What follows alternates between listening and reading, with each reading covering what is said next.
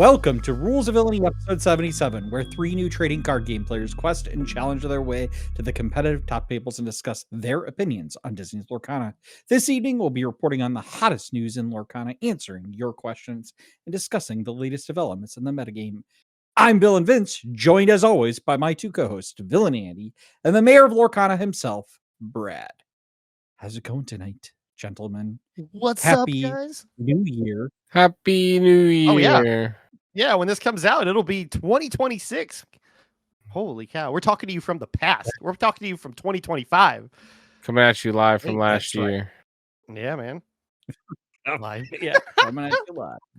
We need to set some goals. From the Rules of Villainy goals for 2026. From 1955. First goal, From Bill 1,000 subscribers. That's a personal goal. Yeah, I like that. We need to get to 1,000 subscribers. I want to get a CCQ in St. Louis or the Midwest area. I'll go as far as Kansas City, maybe, but St. Louis. I'm going to root for the home team here and say St. Louis because I think we have an excellent community here. Love all the support that we get from all of them. We had a great turnout. We have a great venue. We had a great turnout for our live stream this past week too. Just coming in and saying hi, celebrating Christmas with us here on this channel. I think they deserve to have a big CCQ here in St. Louis, and I think I'm gonna work to try to make that happen. I think that's my overall goal for the year. That's your overall goal? Yeah, for the Lorcana slice of my life is to let's make that happen. Speaking of which, ZPD Detective Andy, I've got some questions for you two fine gentlemen here. Where were you last Friday around 6 p.m. Central Time? Because I was here. You guys are being investigated for having too much fun. That event was absolutely bonkers. I had an amazing time, and like the moment it started and as it was going, I was just like, I can't wait to do this again. This is so fun. We got to do more. Yeah, it was a lot of fun. We'll definitely have to do another live stream again. I was most astounded for was getting that super chat, which was like, wow, I was so like, nice. What? Yeah, so nice. Shout out to Eddie. And with that, I tell you what, I do have one goal for 2026 which is to make our Patreon not a joke in 2026. we can make that happen. We just have to figure out how to make it valuable for folks. For sure. Yeah, I wouldn't want to put it out there without giving something worth it to the people. So yeah, we can brainstorm. I think that's a great idea. But yeah, shout out to Kim for joining us, Emily, my fiance, being here on Friday night, and then Humble from Team Maelstrom. Just a bunch of guests coming in. Kirsten came in, of course, who everybody who listens to us knows her, and always a treat when she's on here. But we just had so much fun with all them. R&B in the chat. Just great. Yeah, we had a really good turnout. What are we at subscriber wise? I know you've been tracking. We went up quite a bit. I can pull it up here for you really quickly, but it was a good day for us there on Friday, the day after Christmas. Let's take a look here. Oh, I've got it. We're at 661. 661. We started that day at 640. So that's pretty cool. Wow. Pretty cool. Pretty awesome. Love all the support. Honestly, we had great pricing, great giveaways. Which we'll be getting out to most of those. I think we're giving it even between our live stream on this coming Saturday, which we'll talk about in a second, and also Richmond, which is coming up. So you'll get it in between those. I actually think we don't have to ship many things, right? Hand delivered. Yeah. I don't think we have to ship anything. Yeah, it's personal. Yeah. Personal. Yeah, hand delivered. Personal delivery. But should we get into the Underworld news? Although we don't have a ton of news, but we do have some ROV news. Sure. Am I leading off here with our triple case tournament at Impact Gaming Center? As you're listening to this, it is this weekend. It is January 3rd at 10 a.m. Impact Gaming Center in Fairview Heights, Illinois is doing a triple case set championship, which is not unusual for them. They did one. They always make their set championships as big as they possibly can, and we're always honored to get to stream that. It's going to be $35 if you want to play. It's going to be free if you want to watch it on YouTube or the Impact Gaming Center Twitch stream, both our YouTube or their Twitch stream. We're going to be broadcasting that for you guys, and St. Louis's best are going to be playing there and preparing for Richmond the weekend after. It is a big tournament, a lot of stakes on the line for both prizing and figuring out those decks for the upcoming DLC, and it's going to be really exciting, and I hope you all can make it out. Absolutely. Andy and I will be in the booth along with Brando. Brando. Thank you. From Lorcana Karaoke. We had a ton of fun there, and he is going to be having his casting debut with us. So we're super, super excited to have him on. I believe he's said he's going to hang out as long as he can all day. So you'll get a good dose of all three of us, and maybe even some more guest casters as we go on through the day. You know how it is. Some people get that free buy later in the tournament, or maybe they scrub out a little early and they can come join us in the booth. This guy, let's go. Probably not the free buy though. Don't want to give folks an advantage in the caster booth to see their competition. Oh, that's fair. That's fair. Listen, if I get a buy in the middle of the tournament, that's my sign to drop out and cast with you guys. Okay, so no, I meant like you get that like intentional draw going into top cut. Oh yeah. Probably you're right. Competitive advantage sake, we probably won't have them in the booth. It's a good call, lore guide Vince. I appreciate that. Which just saying, I've been studying. Nice preparation for Richmond. By the way, I believe we were told on the Lorecast. So if you're listening to this on the day that it's released, the lore guide exam is already on our RPH, right? Because they said by the end of the year, and we're already in 2026 here in the future right now, talking to you. So it's there, right? We'll see. We'll find out tomorrow or yesterday or 3 days ago, whatever. Like I'm lost. It's like 4 hours from now, Brad. They're out of time. Yeah. I was gonna say, not there yet as of recording. One more day of 2026 or 2025 as we're recording this, but we'll see what happens. But that's all right. Also, Andy, we've got another casting thing going for you and Kirsten. After Richmond, the fun is not over. If you do not qualify to the Nationals at Richmond, or if you couldn't make it, and you are out in the Arizona area, I believe the greater Phoenix area, the Top Cut Game CCQ is happening January 17th and 18th. So probably get a lot of information from the DLC, be able to apply that, and hopefully take home an invite to the Nationals from there. But the big news is that Kirsten and I were invited to be guest casters on the CCQ. So we haven't gotten our assignments yet, but we will keep you updated with more information as we learn it and let you know when you can tune in. You should tune in for the whole thing. It's going to be a great show. But be sure to... Who are the other cast?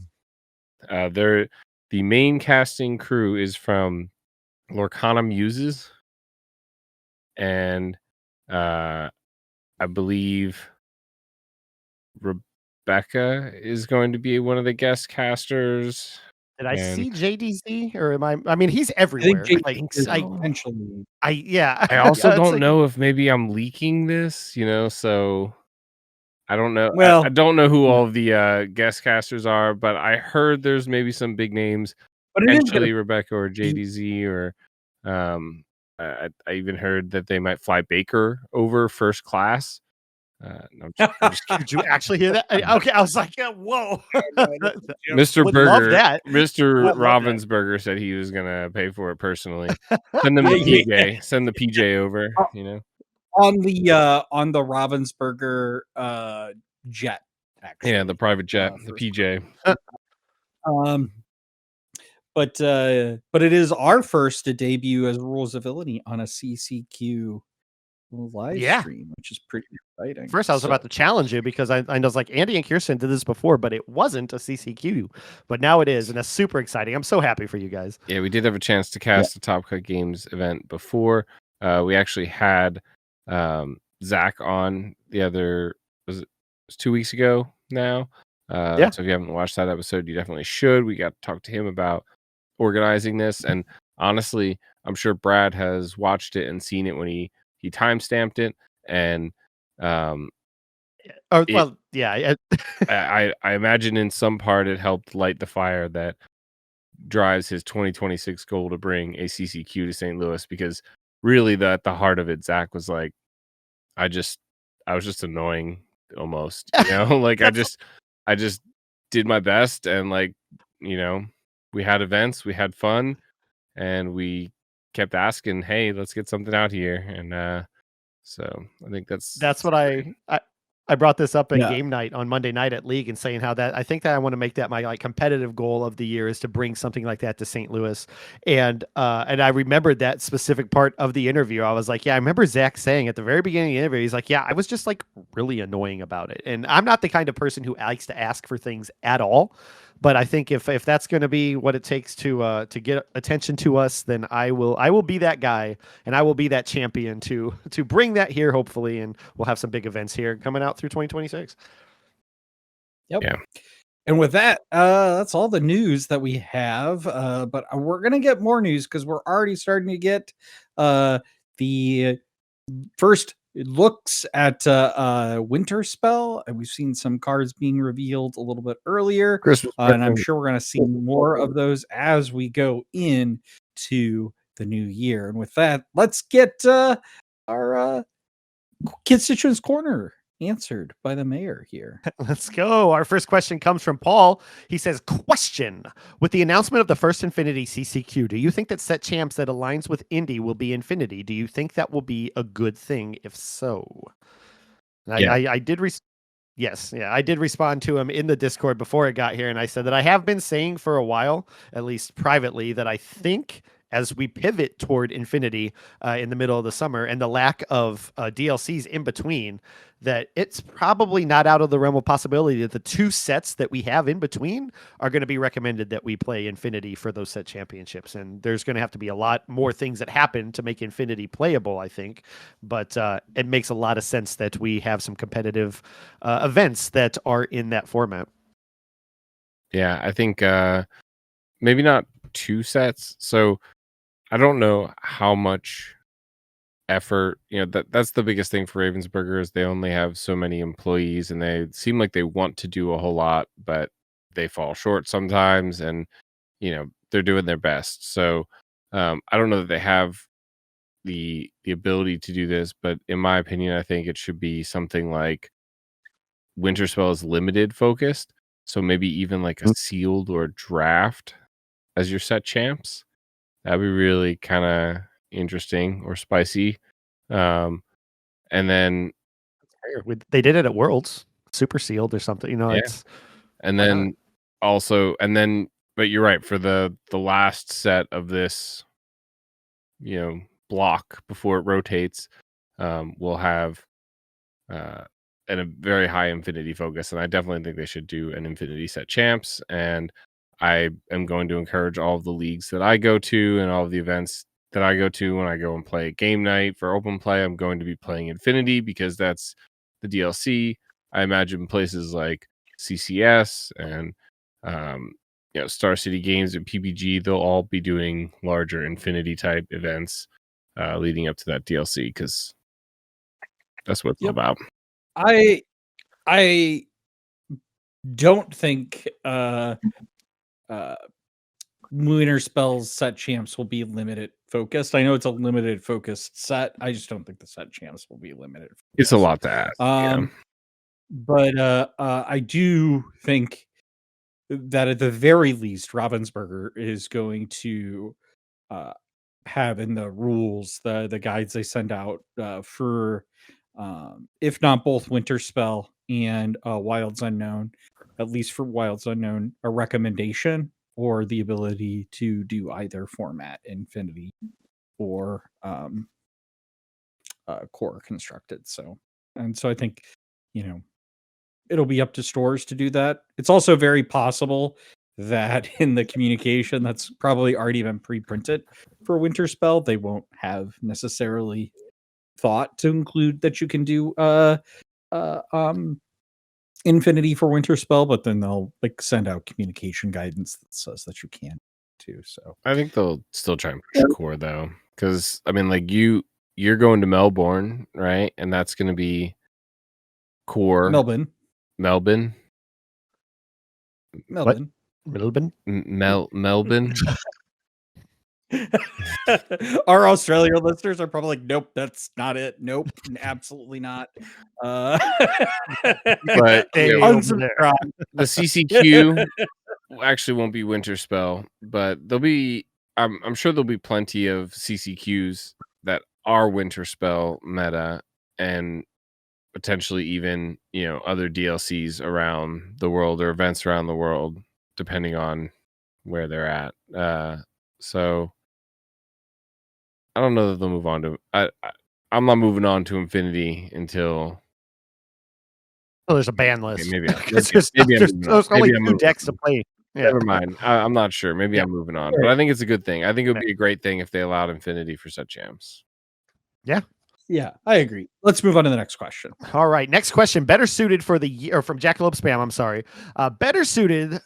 Maybe better suited for the year-end episode. As for tribal synergies, we had brooms in sets 1 through 4, racers and inventors in sets 5 through 8. Now investigators, detectives in set 10. Are we ever going to see some of those tribal synergies come back, and are they restricted to 1 year's sets? These classifications all seem to be one and done-ish. Brooms were really only in Fantasia, racers and Wreck-It Ralph, inventors and Big Hero 6. Meanwhile, heroes, villains, pirates, princesses seem to have a little more perennial mini movies with a lot of options.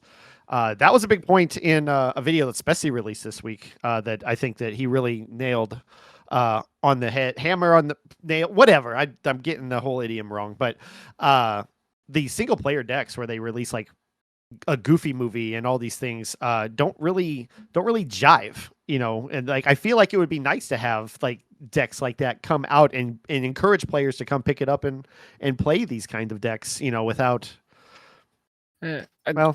I think I've lost my words there. Yeah, not to get into it too much, but as a somewhat of a counterpoint here, I think those decks have these synergies that he's talking about, and they get people in because people like that style. They like detectives, they like Little Mermaid, they like Big Hero 6, or whatever the theme of the deck is.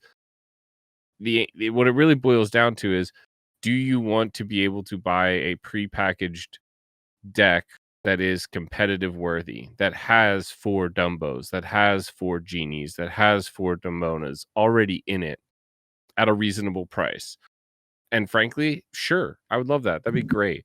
But I think that's a different thing from a starter deck, which really I think is about the synergies. And to answer the Jackalope's question real quick.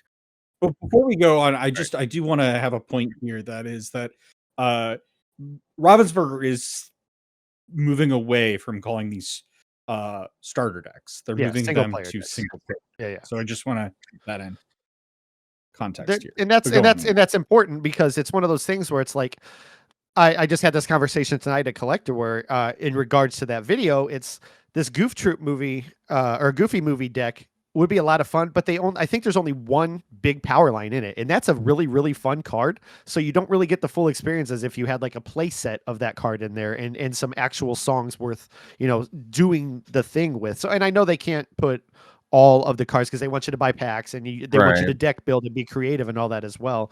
But I do wish, which is why I had a prompt in the Discord just the other day of like, I've been pondering it for a while, of having these just theme nights where we can play a Goofy movie deck or a Sword in the Stone deck, which, as we know, would be really OP.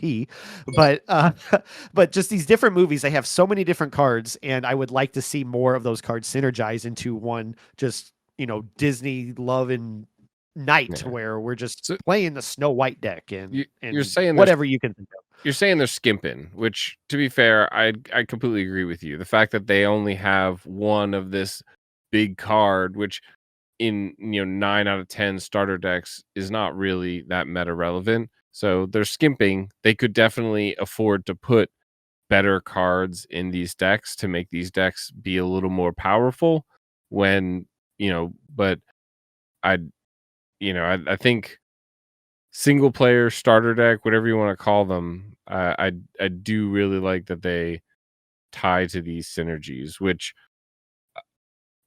going to Jackalop's question, I didn't realize that they sort of did this, but it now seems to make sense when they mention it, that they've kind of grouped some of these different smaller synergies. They also kind of answered their own question. Heroes, villains, pirates, princesses, these are far more prevalent in Disney movies, and so yeah, I don't know that we'll ever see those synergies really come back. I think those smaller synergies may have a time to shine in the future if we get cards that start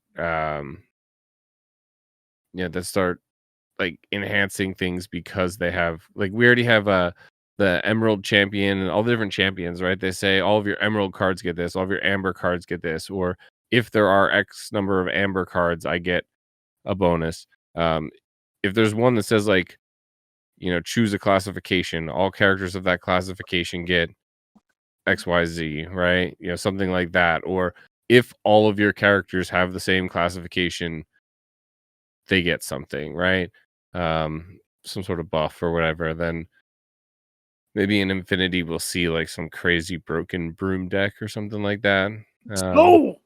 But it does seem really cool. Yeah. My question to Jackalope and all the people in the comments and in our Discord is, what do we think the next, what are some guesses at the next micro synergy, if you will, or temporary synergy? What? Well, I think one thing we've got to remind ourselves about, the thing we need to remind ourselves about is that a lot of games get played at the kitchen table. And that is where Ravensburger, I think, really wants this game to excel, is for, family to go into a big box store or a local game store, pick up a starter deck, maybe some packs, go home and play with their family at the kitchen table. And that for competitive play, even like these type of tribal synergies have never actually really been that competitive, even in the main meta. Yes, we've had brooms in set 1 through 4. Yeah, we did. You and I, Brad, have both built a decent broom deck. That's a lot of fun to play, but not one that I would say is necessarily like meta competitive by any means. Fun to play. Mine is. Okay, whatever. Sure. Racers, not competitive. We kind of even made that joke on our Christmas special with Humble, with the rubies, the Jank Deck Award. They're meant to be fun decks, and I think we'll see racers in the future that you'll be able to put with the rest of your cards that you have. I think we're going to see brooms again. We're going to see more inventors. We're going to see new tribal architects that come, and maybe one day they'll be relevant in the metagame in Infinity. But honestly, they're probably just going to be a lot of fun. And I think, honestly, this is just more on how the Lorcana is designed as a card game, which is that it is much more about picking 2 colors and finding the best cards that are whatever you're doing, whether it's Infinity or in Core Constructed, and finding the best cards in that kind of framework of those 2 colors that you've chosen that work together against whatever, is meta relevant and stuff. So this is why I just don't think, you see even in the meta, like meta relevant princess decks and meta relevant, hero decks and stuff. It's like your deck's going to have heroes, it's going to have villains, because we're picking the cards that are going to work or allies that are going to work for any given kind of meta shift we're in and stuff. Yes, of course, people are out there building their princess decks, and I encourage that. It's really a shame, we all remember here in the St. Louis area having Grapes Games that used to have like theme nights where they would, say bring, X deck, and that would encourage kind of, fun off meta play, but we've just never seen these synergies be meta relevant. And I don't think they are going to be meta relevant until the game designers design the game for these synergies or tribals to be meta relevant, and they just haven't. So that's my take. Maybe it's a hot take. I think it's fair. Yeah. There's a lot of cards that can make them work, but yeah, we'll see what happens in the future. We do have one more question here, also from Jackalope Spam. He said, easier question. ROJ had Dalmatian Puppy, Amber, Captain Hook, Steel. Whispers had Dragonfire, Ruby, and Michael Mouse, Sapphire. That's 2 reprinted commons or uncommons each set. Following the pattern, what Amethyst and Emerald common/uncommon do you think gets a reprint in Winterspell? You guys have any picked out? Or do you want me to start? So I'll just say for Emerald, I think Hidden Inkcaster would be a fun one. I almost picked that one. I changed it though. For my Emerald, I have Morph, but he was rare. But we did see some cards get downgraded as well, right? So I think that's a possibility. True. Morph is wild. That's a wild card. That would be crazy. He's a 2/1. He goes away really easily. Yeah. So I don't know. 2/1s stick around. How long do you stick a Basil on the board? Or 0. Hey, in a meta where we have malicious, mean, and scary, that Morph is like really fair. Safe, But I mean, people playing 3/1 Tinkerbell, so but that's a good one. Morph downgraded that, but I think Morph would shake up the meta. That's a really interesting card. Yeah, powerful. Do you have an Emerald one, Amber, Andy? I almost called you Amber. Yeah, I had Big Pegasus. Because we have Little Pegasus, and I think especially with how strong evasives are in the current meta, that you don't know how many games you just win because you're like, oh, well, I have a bajillion evasives and you don't. Like, okay, GG. Yeah. Having the shift would be really great. Yeah. What do you have for?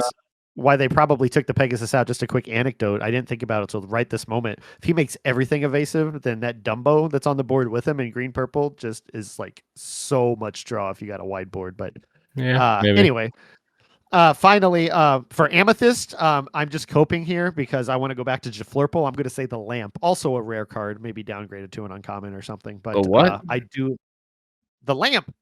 Oh, did you rub my lamp? That one. Yeah.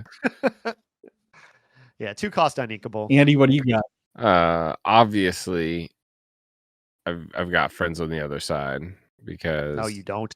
Yeah, it's got to be friends on the other side. Friends are so good. Yeah. No, I think that should be reprinted. Yeah. We have Guidebook now. They're not going to give you Friends and Guidebook. Guidebook is the exact same card, except it's an item and not a song. Yeah. I mean, like, it has its pros and cons because of, Tamatoa and being able to play it and separate the ink and stuff. But songs are so iconic to Lorcana that I really, they're too powerful is really what it kind of boils down to. And it feels like why they got rid of a lot of these things. Like if they ever have another B prep, it could be an action, perhaps, not a song. But Friends, I think, would be really, really cool. I'm not complaining. I would love a turn 1 Bell singing Friends on 2 again, but we'll see. Yeah. How you doing that? What item? I would like to see. I'd like to Rabbit. Rabbit, of course. Rare. The old Rabbit. You downgraded to uncommon? Yeah, downgraded to a common. But I also think to an uncommon. Yeah, it can't be. But I common. Do think limited would be destroyed. But given, but also given kind of the theme of Winterspell, I could also see them reprinting the Elsa. Is it the Gloves Off? Hidden, what? The Exert Elsa? The Storm Chaser. Storm Chaser. No. It's the will exert chosen character gains +2 and rush this turn. Oh, okay. It was printed in Ursa's return, so interesting. Be a waste of a reprint. When she was released, I a lot of people thought she was going to get a lot of play. Card, so I'm just saying, like, I could see that card getting reprinted. That's fair. And I mean, they've reprinted Dalmatian Puppy, so they could reprint really anything. It doesn't actually have to have any. Doesn't play 99 of them.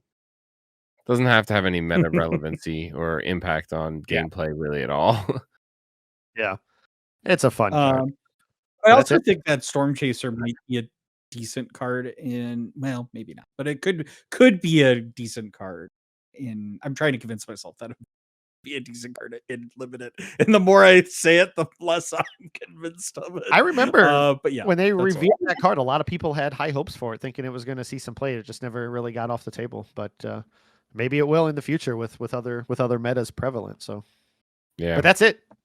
That's it for the questions. If you guys end of the episode, see you next week.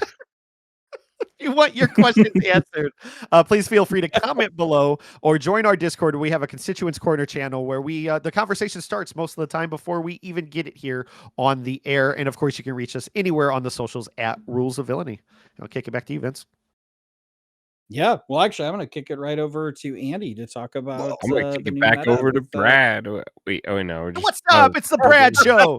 And Brad's going to kick it over to our correspondent in the field. So yeah, I think myself, like, probably Vince is going to judge, so he's chill, he's calm cucumber. Brad is getting married, so he's chill.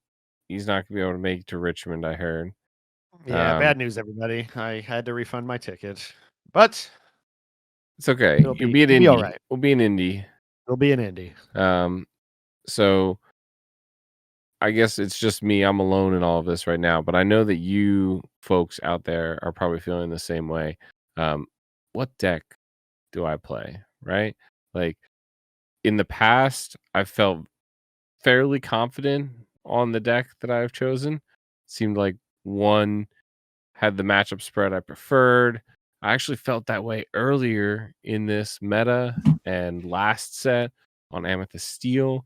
But I don't know. I've got the deck anxiety creeping up on me. So we've only got, like, 2 weeks? I'm going to be sleeving up a deck in, like, 2 weeks, exactly 2 weeks from now when we having to do this. And so I kind of just want to run through the various decks. I haven't broken up here by next week, isn't it? Not this weekend, but next weekend. Yeah, but yeah, from time of recording, it'll be a week and a half. A week and a half. No, it's not even 2 weeks. It's a week from now. I'm gonna be sleeving up a deck. This is really getting to me, guys. You shouldn't have told me. You shouldn't have told me. Yeah, in fact, I had to check on our Rules of Villainy calendar. It's the 8th through the 11th on our calendar here. All right, and, which means that's not good. Which means it's not good. So we have to decide what to play. So Kirsten and I have been practicing. We did deck test Tuesday. Hope y'all tuned in for that, and we'll do one more of those before Richmond. But I want to go through these. I've got them separated by control, aggro, mid-range, and then maybe if we have time, we'll talk about some of the others. But really, they're just kind of all other. I don't really have the time to invest in any of those other decks at the moment. I will tell you, I saw an other deck take down your top deck here tonight. So top deck, what I didn't. Well, the one you have listed first. I'll let you get into it before we go. Oh, well, this is in no particular order. By the way, okay. This is just random decks that I wrote down and then copied and pasted. All right.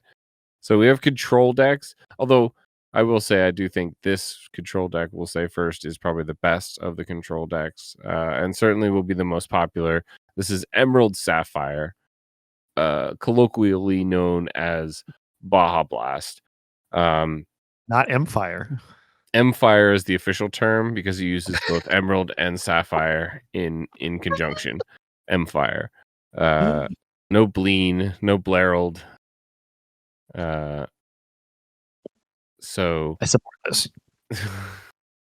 Yeah, I don't know. I've played it a little bit. It doesn't feel nearly as powerful as like Ruby Sapphire has, but it has a very similar vibe. You ramp as much as you can.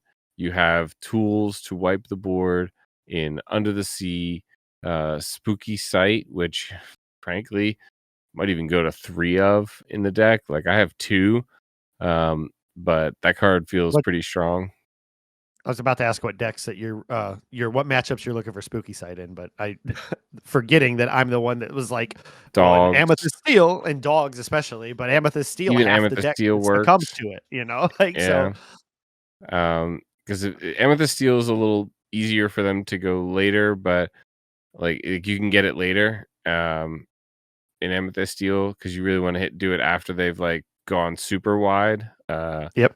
Just hitting those first 3 characters isn't always the greatest because they'll just go wider. But yeah, you want to just wipe their board once with one of your 3 tools, Prince Philip combo, Under the Sea, or Spooky Sight, and then you play cards like John Silver, Basil, Hades to just completely, control the game.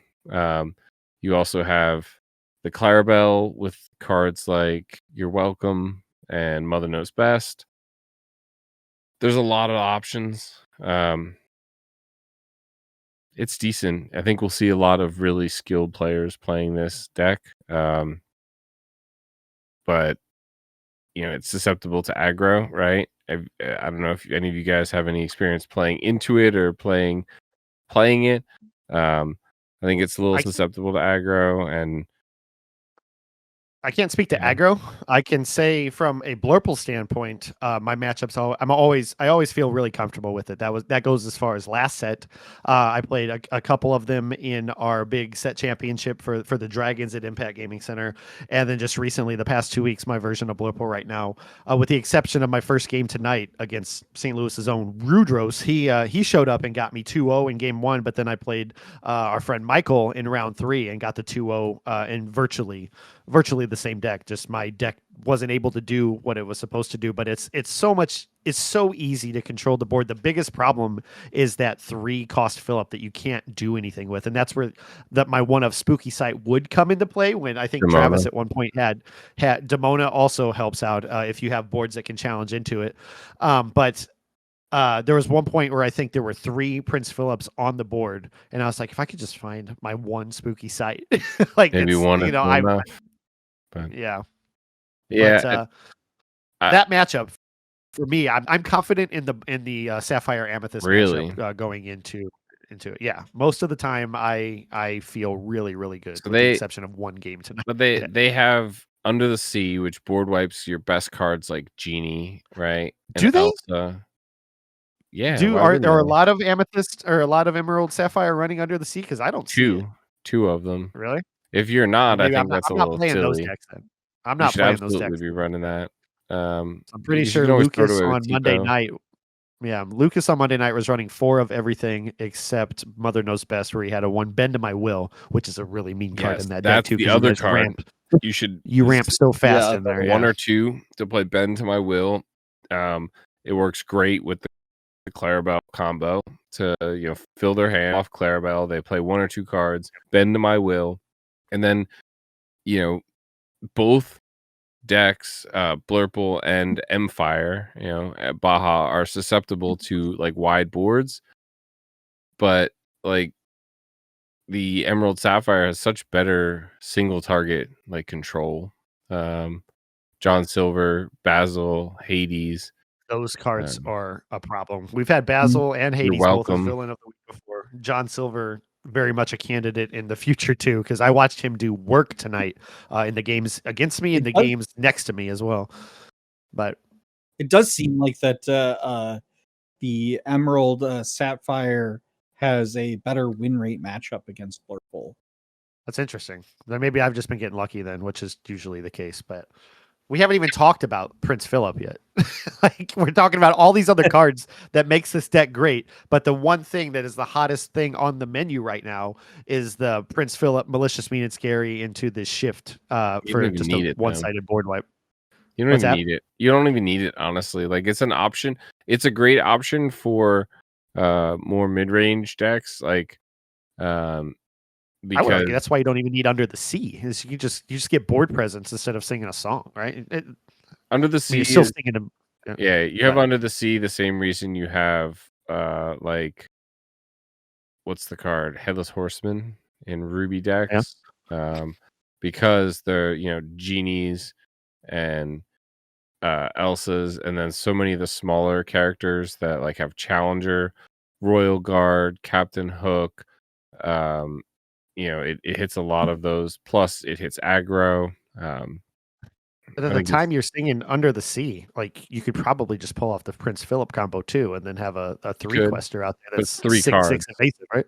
But that's a 3-card combo. Under the Sea is basically 1-card combo if you're playing 2 4-drops and then doing it on turn. Clarabelle and Tipo does it too. Or shift Clarabelle, which then also refills your hand if they have too many cards in your hand. It's a really good deck. I think it's susceptible to bricking, like some control decks can. They all play Cinderella. I don't love that. Just trying to hit ramp on 2 and ramp on 4 seems just so greedy, but it works. It works really, really well if you do it, and you get to play Spooky Sight or John Silver or something. Although I have noticed in more recent tournaments, and I don't know if you've seen this too, the more recent tournaments, there are I'm starting to see folks experiment with less Cinderellas. I still see a lot of them, but I'm seeing a lot of folks experiment more with less Cinderellas in this deck. When I built the list I built for Deck Test Tuesday today, I looked at a handful of lists, and most of them had 4. I really wanted to run less, but I said, okay, let's try Most of them have 4. Most of them have 4, I will say. I don't know what Sailor runs. I know Sailor's got a really good Metafy 5. A really good Metafy out there I heard about from several people. He was on Smorkana a few weeks ago talking about it as well, and never did get to check that out. I gotta say, I love the inclusion of John Silver Pirate in this deck a lot. So good. He's so good. People were wondering why he got reprinted, and I'm like, I think that he was slept on for a long time, but maybe the meta didn't allow him to get played before. But I've always liked that card. I tried to make him work in set 1 even, because I was like, this is just a fun card. I think it might be the first legendary I pulled, actually. The meta is just like much slower too, and there's a lot of less like hard removal, and so something like Reckless. Though, the can be a real kind of a pain to do that. And the on play and on quest is like super valuable. Like, you get double value from that. It's a 5/5 for 6, which is already pretty decent stats. Quest for 2, which is great. Like, there's not very many flaws around it. I also love that it gets around Chromacon as well. You can force them to challenge you, which means Chromacon doesn't trigger. Yeah. Have you been seeing that? Are any decks really playing the Chromacon still? Yeah, the Dogs deck plays Chromacon for sure.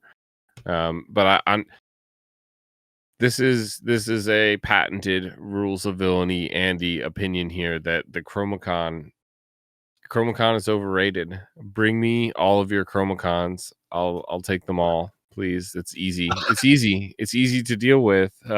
I'm just not worried about it. And well, you're mostly playing Amethyst Steel. How are you dealing with it? Well, in Amethyst Steel, you quest everything and you challenge with the one remaining thing, and you get rid of one of their cards at the time, and they bounce something back, and then you play your entire hand. You just play as many possible characters as you can. You draw. Yeah. You have no threat of anything. Anything is coming. Nothing is taking away any of your characters, so you can just freely play all of them. And the only way they win with Chromacon is if they're already considerably ahead. Like, so if it's like Daisy, double Daisy Chromacon, and you missed one drop or you missed Calhoun or something like that, you're now, you were already kind of losing. So Chromacon really just secures a lead that you have. Otherwise, if I'm questing all of my characters, taking one of yours out each turn, especially if I'm using a Calhoun to do it and gaining 2 lore in the process, I eventually just outrace you. The same thing happened today on Deck Test Tuesday with Baja, was that she played a Chromacon. Kirsten played a Chromacon with the dogs, and I had Donald Duck Flatfoot, the one that ramps you. I had Donald Duck Gentleman, the one that draws for you, and then I had a Drowned Silver out, and I think I under the seed her the one turn, but then I used John Silver, but I basically, she was at 7 and I was at 4, and then I just quested to 8, and then I just quested to 14, and she was at 10, and I was like, you're never going to be able to take out my characters. I'm just going to race you down. I'm not even worried about challenging anything with the Chromacon. I just ignore it, Yeah, it checks. Yeah. I just don't think dogs is actually that good against Amethyst Steel to begin with. It is a harder one. It is a harder matchup for it. But to continue on, I guess, Brad has it super highlighted and colored in here. The next best control deck, in my opinion, another deck, that you might want to play if you're into control, Sapphire Amethyst, also known as Blurple. Blurple, baby. I'm having a lot of fun with it. I'm probably not running the most traditional Blurple, but it's been working quite a bit, and it's all the things that we know from Blurple from the previous sets. You got the hard removal of Hades, Demona, Scourge of the Wyvern clan, however you want to say it, is proving to be very, very fun, and enjoying that card quite a bit. So I'm glad I made that playset. Of all the legendaries in this set, that's the only one I have a playset of, and I'm still missing a couple of just legendaries in general from it. So glad I have that one, because I'm having so much fun with that. But other than that, the Woodchuck Guidebook to replace Friends, we talked about that a little bit earlier, and I'm even running a couple Tamatoas to bring those back. And I think you've seen me, Andy, in a couple of matchups where Tamatoa comes down. Sometimes pulling back 2 guidebooks is just so gross. But most of the time it's just one. But then you get to play it for free the next turn and get a draw 2 for 1 ink. Man, it's really good. Guidebook and Tamatoa combo is nice. So let me ask you this, with Demona and Blurple has traditionally been like a Basil, maybe a Rafiki if you need to deal with aggro on 1, Ramp on 2, Genie on 3, Elsa plus the Basil to take out the opposing Genie most likely. But really whatever, right? It would work on Cheshire, it would work on Lexington, pretty much every turn 4 that is out there. If that is the case, and then your next turn 5 is 6 ink and it's Demona, you don't really have a great, for one, you already took out the biggest threat, and 2, you don't have this great option to swing in. So Demona is a much later game play to try and refill your hand, almost like a dock would be, right? Yeah, most of the time. And does Blurple run what cards are being played in Blurple right now that would make good value out of Demona? I know you are playing small Demona because I am you playing are 2 playing of the Demona 4-drop Demona. She's a 6/6, and I'm given. We'll talk about it, foreshadowing, probably a bit more toward the end of the episode, but I am also running the Grimorum Arcanorum, which gives the Demona's Rush, just some extra value there. And then, of course, the synergy with Tamatoa and all that stuff. We'll get into that later, but it gives the Demona's Rush, and whenever anything exerts when that book is on the board, you get lore for every character that gets exerted. So when Demona exerts everybody, it's been absolutely insane, especially in the Amethyst Steel matchup, which has been prevalent for the last couple sets. Where, like you said, they go wide late in the game. They find their dock, they go wide, and then that's when you want to hopefully hit the spooky site. But if you got that book out there in the Demona combo, like you're getting cards. They might be getting a few as well, but you're also getting a ton of lore with it and rushing with the Demona. So I've just been absolutely on a tear with it, and hoping to see some more of that translate over to Richmond in a couple, or I guess next week at the time that this airs. What do they play though to like fight back? Right? Are non-book Blurple players playing small Demona? Are they playing more Iagos? Like, are they? It's a good question. What other? I don't know. This is just mine. Yeah, I started with a baseline of the CCQ winner. I should maybe go look at that one and see what they were playing. But what characters, when you exert their board, right? So book plus Demona against a wide board is like it's like a go-go, right? It's like this huge boost of lore out of nowhere, which is huge reach, and it's awesome, but it's kind of not particularly consistent to be able to achieve. Because if they have that wide of a board and you don't have stuff to keep it all in control, you're kind of losing, right? So, but you play Demona, book or no book, what cards are you hoping to have on your board to deal with their board? So I guess with book, you have Demona herself. Yeah. Most of the time, my standard play line at the beginning of the game is traditional. It's Rafiki or Basil on one. Okay, so you're Rafiki. Yeah. Whatever I have out there. Like tonight, I got Tamatoa out on 4 because I double ramped. I am running 1 jump as well, but it's Rafiki, Basil, Tipo, or Sail on 2, and then 4. I'm looking for Genie in the Sapphire Emerald matchup. Mostly Dumbo because they don't really have an answer for that right away, unless of course it's Mother Knows Best or something. But yeah, I'm keeping my hand. What's that? Oh, you're just playing Dumbo early, you're saying? Sometimes I play Dumbo early. There was a reason I did it tonight, but now that I'm on the spot, I don't remember exactly what it was. But yeah, 4 drops are Demona, which I don't always have or want to do because I like her with Rush, the 4/6 that is a 6/6 when she's challenged too. That seems like your best card to challenge with. Yeah. Right. Yeah, for sure. And then of course we got the damage removal from Cheshire Cat and Bell, who may or may not be established already. Decent one. Yeah. So I have 3 Bells, 2 Cheshire Cats. You playing Iago? I don't have Iago. No Iago. For your Dumby. What do you? Iago for the Dumby. Only targets for Dumby or Elsa and Genie. Okay. Elsa, Genie. Yep. All right. And then it could be, well, never mind. I was going to say it could be somebody else as well, but I forgot the Ink Runner is alert and not evasive. So I do have a 1 of Ink Runner in there as well. But Ink Runner's fun, especially with Tammy. Is nice. Yep. Although there's no way to get rid of it these days. Yep. No one to eat items like Hiram, like Vince's boy Hiram used to.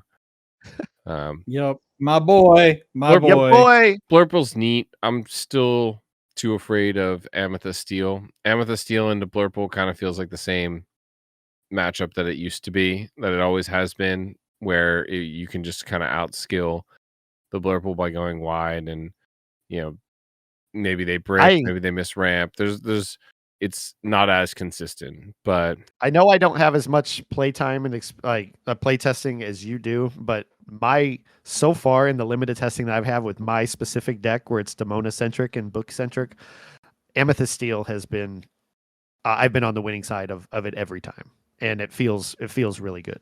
But maybe I'm just getting lucky as well. So I'm not trying to pat myself on the back or anything, but I feel good going into that matchup the last 2 or 3 weeks that I've been running into it. So maybe, and just to be, you're not running Hades in your Blurple. Oh, I am. I'm running 4 Hades for sure. Yeah, 4 Hades. Well, I wasn't sure. I top off at 1 Monstro. Yeah. You only got the Demona. You said you only have 4 of the legendary. Oh no, I don't run the new Hades. I have 4 of the Inferno Scheme. I don't have Hades, looking for a deal. I don't even own any of those. Yeah. Yeah, I would probably replace the book with looking for a deal. That you're for a deal. You really? I'm sorry, Vince. I didn't catch that. No, I should have been more clear. I meant looking for a deal. Yeah, no, you're fine. But I know that you prefer that Hades. You really like that Hades, and I'm just so on it. Yeah, I totally understand that. But you gotta be specific, Vince. There are some people on this podcast that get really irritated when you're not specific about which specific version of the card you're talking about. Ursula. Which Ursula? He's gone. Vince There he goes. Gone. Vince See is ya. gone. All right. Blurple's That's cool. a good callback. It's me. I'm the problem. A couple extra spooky sites in there is an option. There's plenty of cards that you could choose. I know DKP was playing Ursula, the 5-drop Ursula that you can boost to give it extra lore and evasive. Blurple seems like it's still a viable option. The next control deck. What's next? Yeah, the next control deck, I'm not going to spend too much time on because personally I feel like it's not good. Sapphire Steel. I'm sure we'll see people. Close your ears, R&B. Say that. He didn't say it's very high rolly, very, very high rolly. It has some crazy lines, but I don't think Vincenzo is it. That's not the top end you want. Hey. That headless horseman nonsense. We're just playing.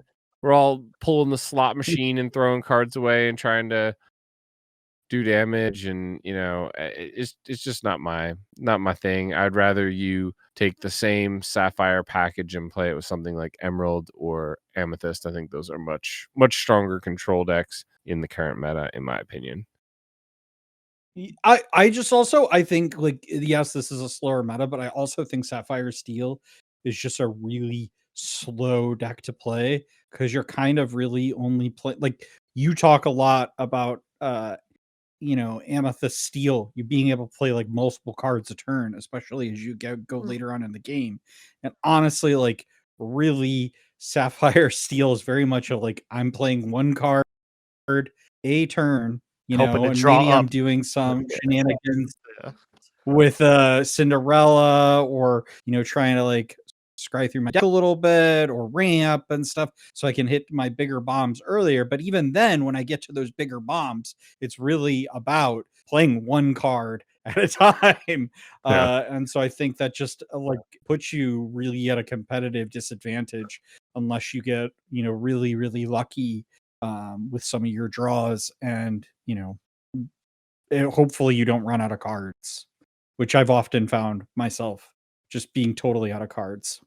That's because you keep playing that horse. Let's talk about that for sure. No, I'm joking. You 100% will run out of cards. You play the Goliath as your only card draw, really. Yeah. So you draw hopefully a song plus your big bomb. You play the big bomb. You sing the song. You pass the turn. You get 2 more cards, and you're like, okay. Yeah. So yeah. All right. Well, the next segment I've got here is the aggro decks. They are generally the ones that should be beating the control decks, so maybe we'll compare them up against them.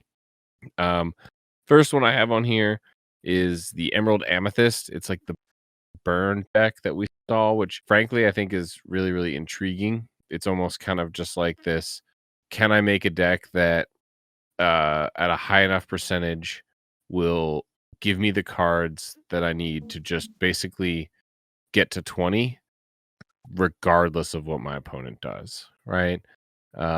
They basically can't stop me. And the deck really does that. It's really, really nice. I think it requires a little bit of finesse. I'm not too particularly good at it, so it makes me think, oh, well, I gotta get better at it if I really wanted to play it. But it is kind of a dice roll to some extent. Win the dice roll, but also it's kind of a high rolly deck. You have to get lucky enough. I don't know what the percentages are on how often it can just beat every deck, but it's kind of interesting. Yeah. I've tested a little bit. It's interesting. I mean, it does well into the matchups you would think it would. Right? Yeah, which is against Blurple, Sapphire, Steel, and the Emerald Blurple, and the Emerald. Yeah, so its win rates against those decks are pretty good. It does decent against the and mid-range decks too, kind of. Yeah, exactly. Yeah, so it does pretty decent against things like the Circle of Life, Emerald decks. So, but overall, yeah, where it seems to kind of struggle is on the mid range. Yeah, it can be rough. I think it also struggles against itself a little bit too. You can really just get some not great draws. You kind of set up the deck to kind of snowball you just get you this amount of lore. And that can really be hard to do, especially the very, very first couple turns. You have to get lucky enough to be able to play characters and gain that first burst of lore uncontested. Well, the next deck we've got is Emerald. Vince talked about the Circle of Life version. I think the little more aggro-y version is probably like the Chromacon, the dogs version, if you will. Kirsten played it a little bit tonight on Deck Test Tuesday. So if you guys didn't see that, you can go watch that live stream that happened. It's pretty much the same that it was before. You get the go for reach. I don't think Kirsten had Under the Sea in it, but you go wide, you play like the tramp to draw a bunch of cards. I don't know if she did have the big lady, shift lady, get cards back. Just try and get a ton of lore. Play the Chromacon, keep them off your characters. I don't know. Was she playing with Mowgli? That's a card that I just think should be aware of and stuff. I mean, obviously we have like Ursula in as well, but I think Mowgli might be one of those characters that you should be aware of if you're if you're on a Richmond and you're thinking about, okay, I'm playing whatever deck I'm playing. I just want to be aware that this card can rip a non-character out of my hand. And so just to be aware of that in its 2-drop slot. Yeah, I got very lucky today that Kirsten's Mowgli's did not disrupt my game plan, like particularly. However, after the very first one, I immediately then thought to myself, okay, in any situation, there was actually, I think it was the next game, I had a spooky sight in hand. I knew I was going to need to use that.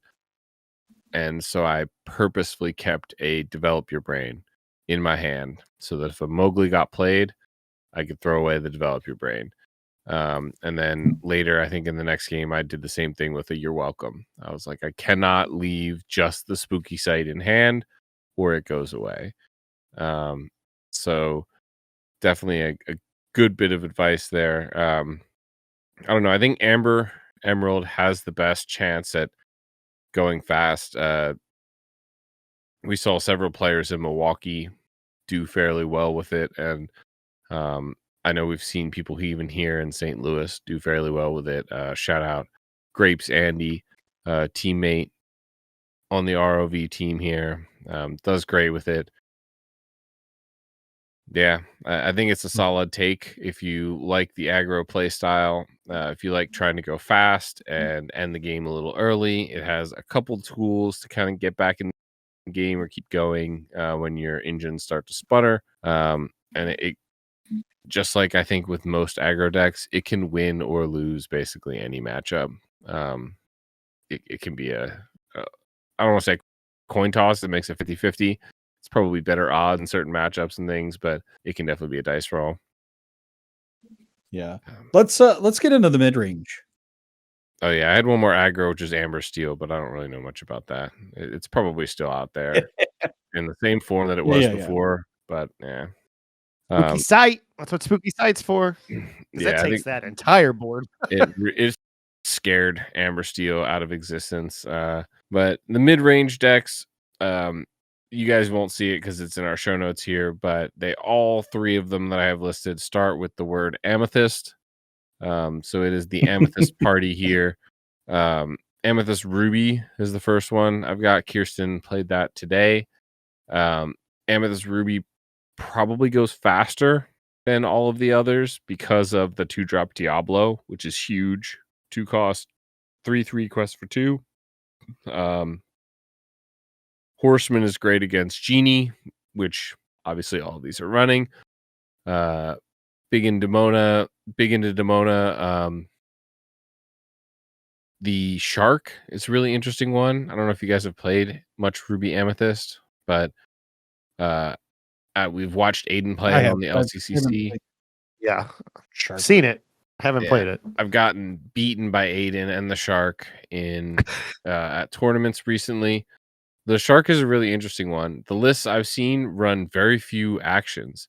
It's like 3 or 4 Sharks, like 3 or 4 Next Stop Olympus, and like maybe a Magical Maneuvers or something like that. That's about it. And so you're really just, the Shark is a dumpy target. It's a big character that is scary. Yeah, recycling that Next Stop Olympus, I think, is worth noting as well too. Good that's just more. It's good reach. Yeah. And it's one of the Amethyst decks that plays the Woodchuck Guidebook, which I think is kind of interesting. Some of them do, I guess. Got good access. A lot of them play the library, which is the version that I play. Yeah, the library is one that I've been experimenting with now as well. I think that card might be a little underrated. I might try and put that in Amethyst Steel, honestly. Listen, I'm just saying, I've been hot on the library since that card came out. Library's go back. So Amethyst Ruby, if you want to go a little bit faster, it might do a little better into Amber or Emerald Sapphire because it might be able to go underneath them a little bit. Still does the Cheshire things. Sisu is a weird one that I'm not the biggest fan of, but it's there. Lumiere, honestly, if Ruby Amethyst wins this DLC, Lumiere might win the DLC MVP. Lumiere is like so good. I also will just say I think Sisu really only matters in the hero-centric decks where you're going to run Hercules. That's why I think like the Sisu is a big card. You're probably also running things like Vanellope. You're probably running what else do they generally run besides? We'll have to talk with Aiden, maybe have him back on after set champs and things, because he's been playing Ruby Amethyst, but he's been running less Hercules and no more Vanellopes, but the same 4 Sisus. So it seems to me like the Sisu gets the buff from the hero synergy, but really it's just about a 4-butt quest for 2 that could be a big strength, but I don't know. It's an interesting deck. What were you gonna say, Brad? I was gonna say, if you want to hear Aiden talk about Ruby Amethyst, probably just tune into our live stream this weekend because he's probably gonna win the thing, and we can just ask him then. I don't I'm not gonna say it like I did for the DLC because I think I used up all my luck in picking Aiden in our draft, but he has a very good shot at winning it, and we can pick his brain about some of those choices. Zero shot at winning it. Why is he not gonna be there? Yeah, I don't think he's gonna be there. Oh no! Oh, that's a bummer. Yeah, you say, oh no, that's a bummer because we really want to cast him playing, and it's really great watching him play and see his awesome skills. But everyone who's playing in that tournament is like, yes, let's go. Let's go. I was literally going to tech in a second spooky site. Go ahead. On it aside, no, go, Brad. I was gonna say I was literally going to check in a second spooky site just for the matchup against Blake, who I know would be on Amber Steel aggro, and I was like, well, if I'm going to be up against Blake, I'm going to have to find that spooky site and ramp fast because I won't be able to keep up with it just from experience and how good we've talked about how good he is at that deck. So that's all I was going to say. But if they're not going to be there, that's just a huge bummer because I enjoy when they're around and I owe them some whole new world promos. So. No, I was just gonna say that the only upside to it from a casting perspective is those matches are usually all 10 minutes. So yeah, we always want to have him on stream, but we just need to record his matches the whole tournament, and then like at the end we'll play like a 10-minute montage of all of his matches back to back to back to back, you know. He's so fast, it's so precise. He's so good. So good. Fast. All right. Amethyst Steel. What about the one before it? That's a real deck, Vince. Don't skip over Amethyst Amber. Yeah, we're gonna skip over that, and we're gonna talk about Amethyst. We talked about Amethyst Amber quite a bit. We do need to talk about it. We talked about it quite a bit a couple weeks ago, but it is still very prominent, and there's 2 versions of it now that are out there. The combo was gone. I'm playing the no combo version. I tested it tonight on Deck Test Tuesday. Pumpkin smashing pumpkins. Your own pumpkins. Like a rat in a cage, bro. Like a rat in a cage. It is nice. I love pumpkining things. But you don't pumpkin spice because you're weird. No, it's gross. The ramp from Lamp is really, really nice. It is better than Sail. It is better than Tipo. It is the best ramp that really exists in most scenarios. Lamp. Lantern? What lamp? Oh, lantern. Sorry. Lantern. Okay. Sorry. I was going back to the lamp. Sorry. The lantern. That You're right. The lantern. Yep. It is a great way to cheat out cards. The only thing you really have to worry about is that that Emerald matchup where they could spike it with a Clarabelle, which I did have happen to me tonight with a guidebook, where if they save their Clarabelle for turn 3 or whatever it costs to spike an item, that's literally I think the only thing that might take care of the items out there unless people are playing detectives. I baited Kirsten into bouncing my shifted Clarabelle back to my hand with her Chromacom, and then played the little Clarabelle from underneath to get rid of the Chromacom. She was like, "Oh, well, that sucks." Man, that's a good move. But yeah, Amethyst Amber. It only has the lantern. It has Elanwi, just Basil and Amber. The pumpkin is great. I can't even remember what the other cards that it has are because they're kind of. What's up? I said exactly. Oh yeah, he said exactly. But it's a decent package to have. It's worth. I mean, I'm sure we'll see some of it in the DLC. I can't, but I think my guess would be this will represent a very small slice of the over. It's very playable though, honestly. But I don't know. People have a lot of fun playing it too, so I don't want to knock that it's not a fun play. I might challenge that if this was Questor Challenge. I might challenge that just for the sole fact that Zan just took down CCS with Sapphire Amber, so it's like up in the air. Like everybody's testing out different versions of it now. Now that there's 2 different versions of that deck, that I feel like we might see a surprise of how many people are playing it in Richmond, but I could be wrong. It did. It also did really well. I think I want to say the list that I largely net decked won a CCQ or a big tournament in Europe or something, because Captain Jimmy showed it to me earlier, and was basically like, "Look, you don't even need the combo," which I agree. Like the combo is great and it's so much fun, but I feel like when you get combo pieces in your hand, you're stuck with them in your hand, and like it lowers your hand size. Oh, Mowgli! It plays Mowgli, Vince. That's the other one that you even warned about. Mowgli is in there, which is a great card, and then it also plays the World's Greatest Criminal Mind, which is a decent card, especially with that Elanwi. But it is mostly Amethyst. Yeah, it has a pretty, what I would say, stock standard Amethyst list. A lot of Amethyst. Yeah. Just the Lantern gives you, and the Horseman Strikes, taking out evasive cards and drawing. The 2 Lantern, really good cards, I think. Yeah. And what else? What else does it have here? No, Elanwi. Yeah, Elanwi, Mowgli. Oh, and Bagheera. I have one Bagheera, but that's probably like it's just a 3-cost for one. 4-4. Yeah, I saw it played on Monday night. Last night at game night, I was like, "Oh, Bagheera's making it." When it was in Justin's deck, and like, okay, I can see that 3 cost 4/4.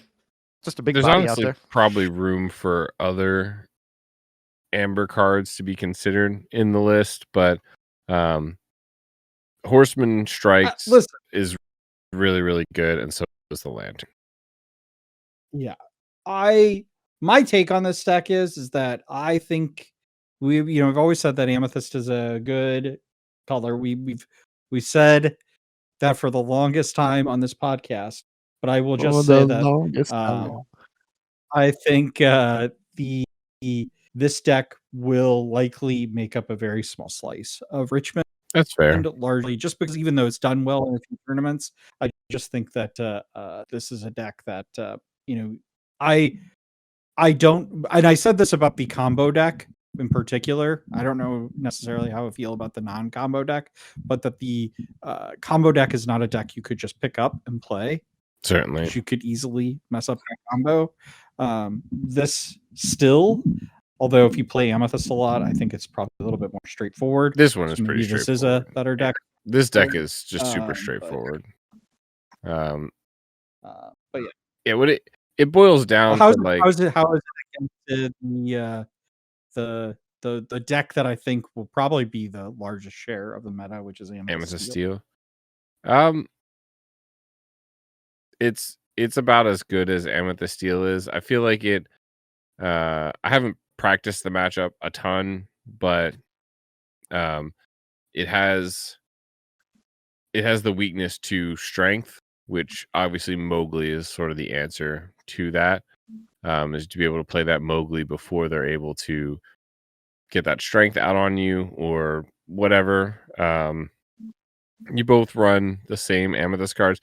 What I think it really boils down to, since obviously Amber is only bringing essentially 2 really good cards, maybe 3 if you want to argue Mowgli, but it's just bringing the ramp that you would maybe get from Blurple in a little system package because there's only 4 of them, and then the pumpkin, which is really kind of like a horseman. It's a genie answer. It's a solid genie answer. So very good. The question is, you're putting so many Amethyst cards in. Is more Amethyst cards actually better than the cards that Ruby or Steel would bring to the party? Because you could make the argument that if Amber Amethyst is beating Ruby Amethyst or Amethyst Steel, that maybe it's not because of the Amber cards that they've added to the deck, but because of the additional Amethyst cards that they've added to the deck. That Ursula, the 4/5 quest for 3 with the boost and as evasive, is great. Just more Demonas, Hades, Iago. You get to fit Stompin' Mad, Iago. You get to fit everything in there. So it is really interesting. You've heard here, ladies and gentlemen, Andy's running mono Amethyst. Hey, it's like Jimmy. Listen, Jimmy was just got 8 Amethyst cards. I mean, Amber cards. You could take those out and put in more 8 more Amethyst cards. Yeah. I was Brad, looking for Jimmy's results from Monday night. He was actually testing probably this deck or one very much like it. He was he said it was the oops forgot the combo Amber Amethyst into Andy's Amethyst Steel, and he got it 2-1 on the play, and he had a lot of good words about Demona and supporting the Cheshire and things like that. But some pretty neat lines here in our Discord where he was talking about his experience with it. So maybe a good reference to somebody to talk to about, if you have questions about it as well, and see what his findings have been. Yep. Yeah. The big one, the elephant in the room, the Madam elephant in the room, if you will, the Amethyst Steel, the deck that I think will be the largest percentage at the DLC Richmond. Without question. What did I set the over under at? I think I set it pretty high. And Kristen from Grapes was like, nah, you're crazy. But Amethyst Steel, huge percentage. I think it is the over 50%. No, over 50%. No, my over under was like 31.5 or something. I think was what I set the over under at. What would you take, Brad? 31.5. I'd say it's over 31.5. Yeah, I'd say it's over. I don't think it's going to be 50% of the field. I think probably I would say I'll take the under. The under? Okay. I set the line at 31.5, and then I immediately took the over because I thought it would be higher. But Kristen from Grapes made some great points that it could be much closer to 20, 25. Especially, she also provided historical data based on other tournaments where Amethyst Steel was the most popular, but still 30% is hard to hit. But that's I think it'll be I think it'll be a very popular deck. My guess would be somewhere around 25, given like historically where we've been with other decks. But I think that the gap between this deck and the next deck will be large. It's just that those other decks that there will all make up like a small share of the meta. So you'll see like a lot of like 7%, 8%, maybe even 15%. Like will be a few decks and stuff, but there will be a big gap between this deck and the next best deck. Which I at this point would probably say is going to be Emerald Sapphire, if I had to guess. So mostly as a the larger meta share. For me, Amethyst Steel at this point feels like a fight scene in a movie, like a karate fight scene, like an action fisticuffs, right? Where I am one person.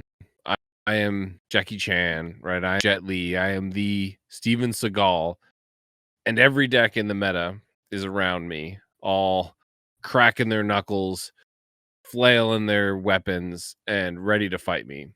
Luckily it's one at a time, right? Because I have movie magic on my side. But as Amethyst Steel, it just really feels like everyone in the meta knows that Amethyst Steel is going to be the largest percentage. And so it is always in your best interest to have Amethyst Steel in your mind, to know the lines, to have tech cards in your deck for it, to try and be able to beat it. And so Amethyst Steel, I think, has the most good cards. Like it has the best pool of cards, the best options to choose from. You can build an amazing deck, but you're going to have to fight off an enormous amount of like enemies.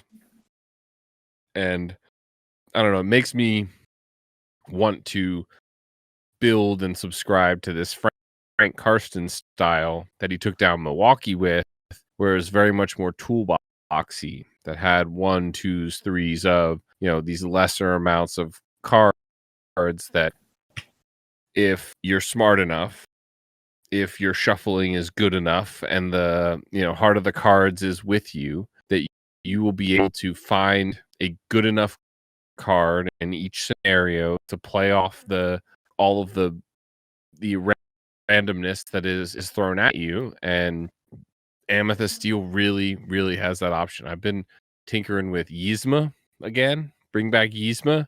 # bring back Yzma is on my to-do list. Jafar. Don't even get me started on this Jafar that I really want to make work. The 6 cost steel Jafar, 0/7 Challenger 7. Yes. Characters with cost 4 or less cannot challenge. Period. End of story. Done. You know what? Throw in a library. They can't challenge your library either. No. What kind of decks are playing characters with 5 cost or more? It's like Baja. Baja's the only one that's going to have any challenging characters that can challenge with anything. It's crazy.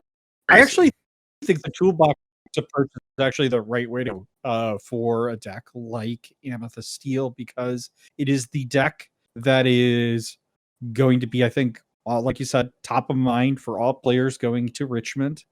And we live in a meta that I actually think is more diverse today than it was when we were in Milwaukee.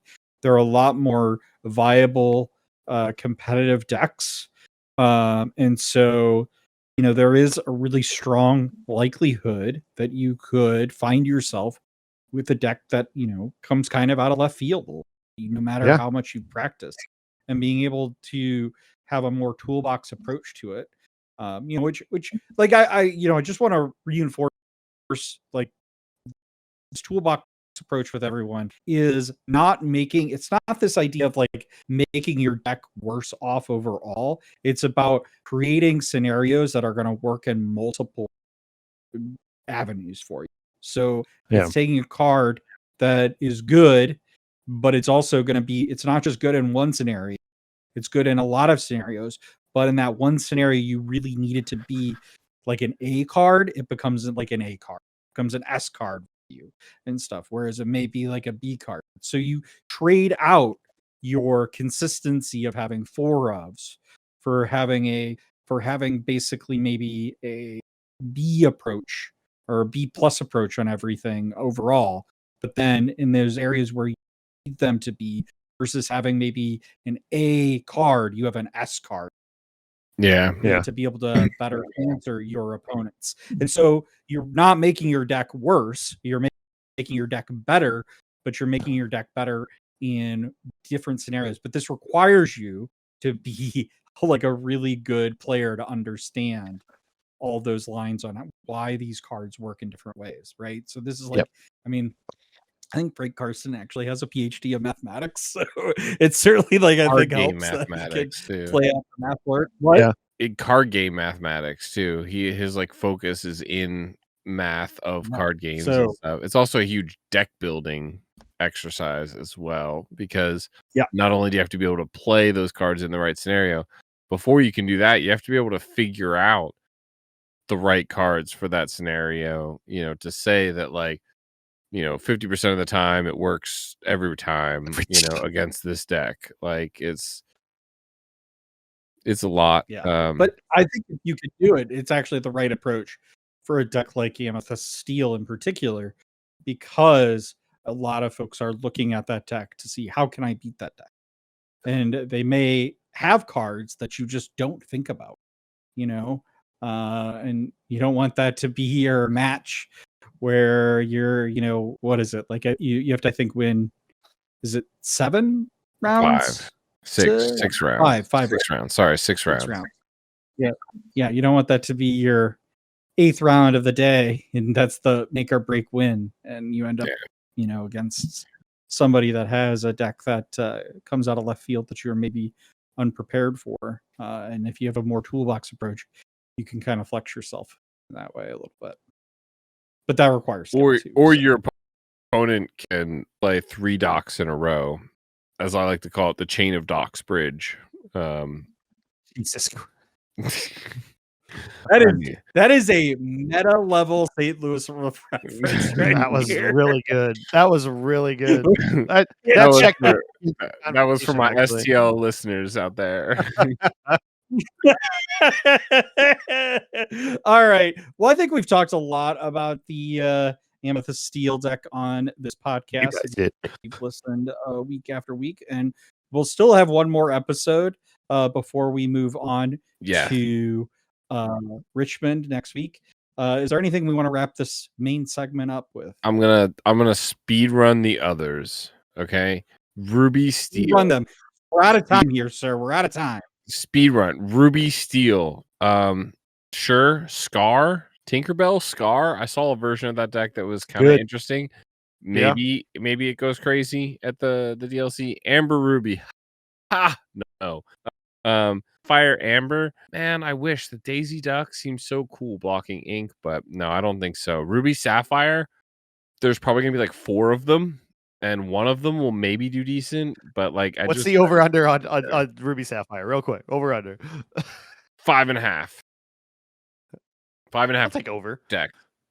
5.5. Oh, percent? Total. Percent? No, not 5.5 deck. Over. Period. You're gonna take over? You think there's more than 5.5 people playing it? Yeah. Okay, maybe. I think there was like 4 6 decks in DLC. No, there's 8 in Milwaukee. Sorry, there's 8 in Milwaukee. Sure. There's only 8? I think so. And one of them was Ketchup Ryan. Shout out No, Mustard Yeah, Ryan. Ketchup Riot. Let's go. Oh, Mustard Ryan. Mustard Ryan. Sorry. Shout out Mustard Ryan. Right. Sorry for the wrong condiment. Let's move on. Vince is mad. Yeah.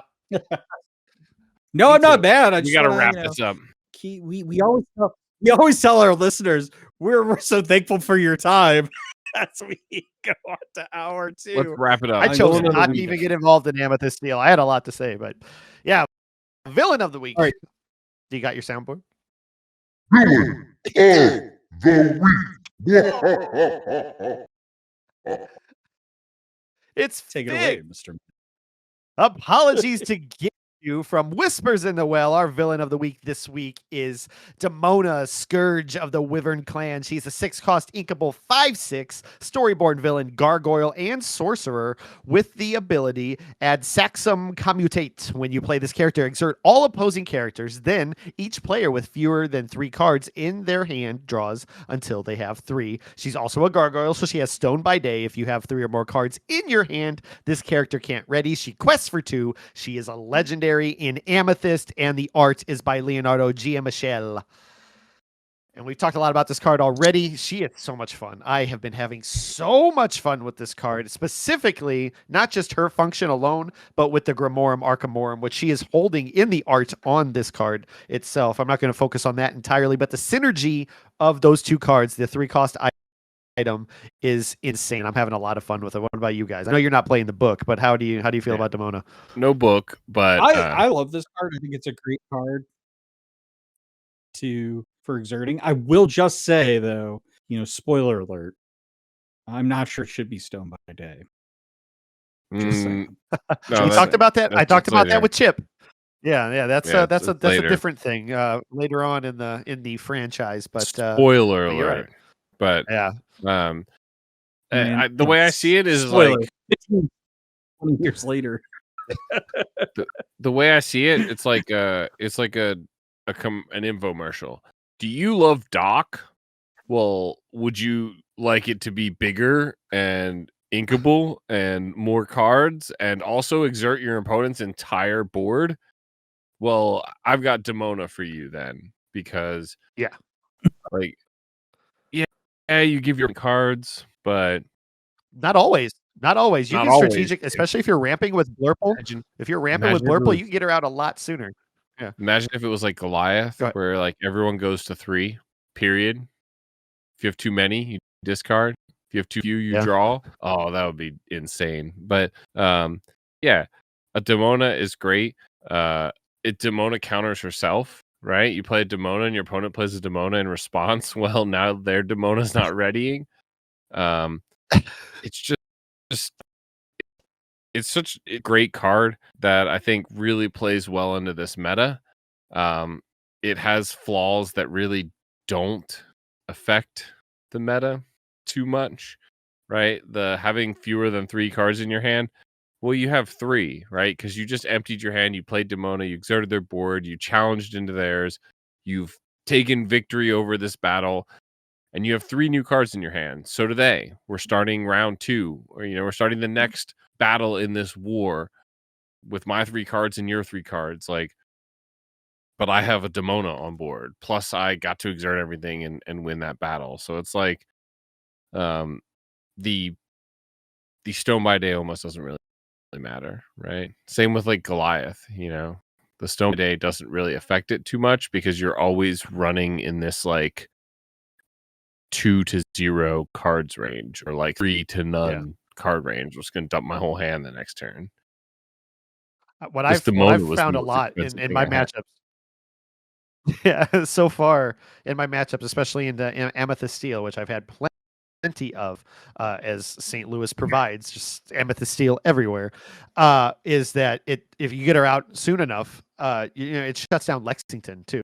Like, because your Amethyst Steel is their hand is going down as quickly as yours. They're trying to get that board as full as they can and then dock up a couple cards, unless they run Demona as well. I don't know how prevalent Demona is in Amethyst Steel, because I should, as much as I do the meta reports, but the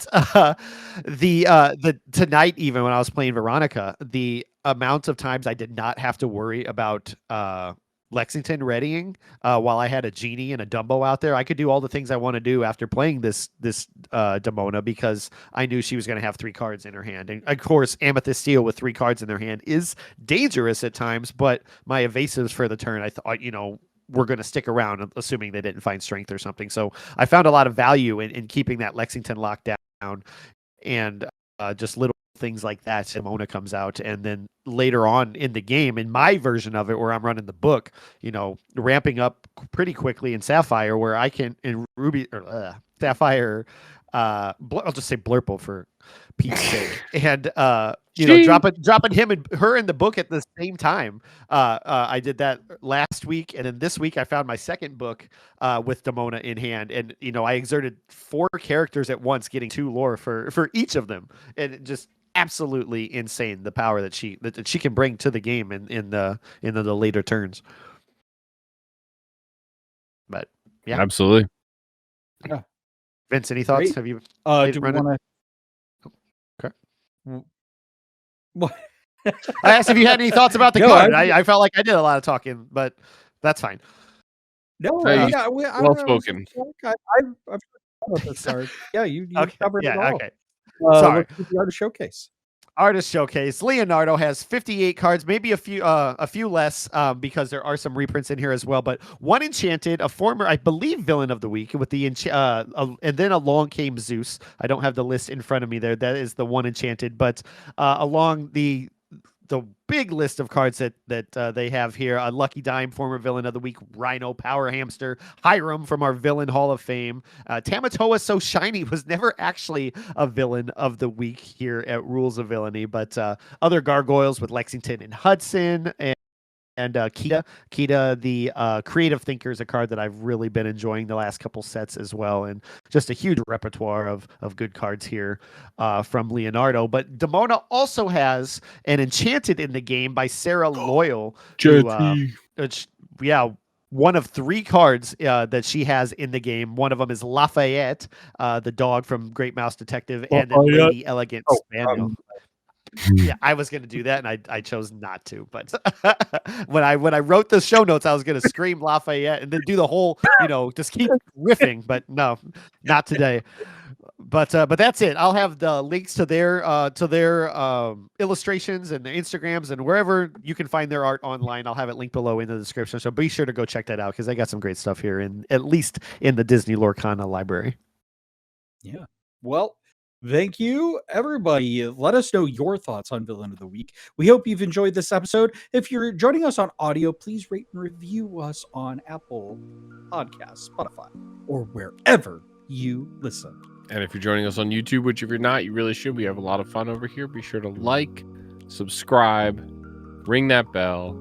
We've got a ton of amazing stuff. If you missed it, go back and watch the news section again. Take it away, Brad. We understand your time is valuable, so we appreciate you spending a little bit of it with us. If you'd like to follow along as we plot our devious plans, consider following us on our socials. We're on Instagram, Blue Sky, TikTok, and the platform formerly known as Twitter at Rules of Villainy. And we also have a growing community on Discord, which you can join with the link below. Until next week, stay safe, fellow villains. Be wary of one of the heroes who want to disrupt your villainous plans. And as always, remember the rules of villainy.